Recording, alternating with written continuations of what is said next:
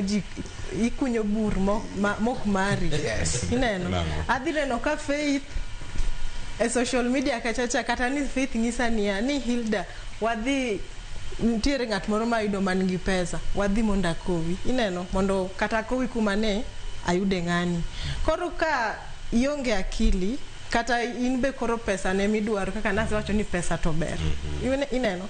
Koro mano ko ema dhi define the kind of person you are. Do you need money or do you want money or do you want this love?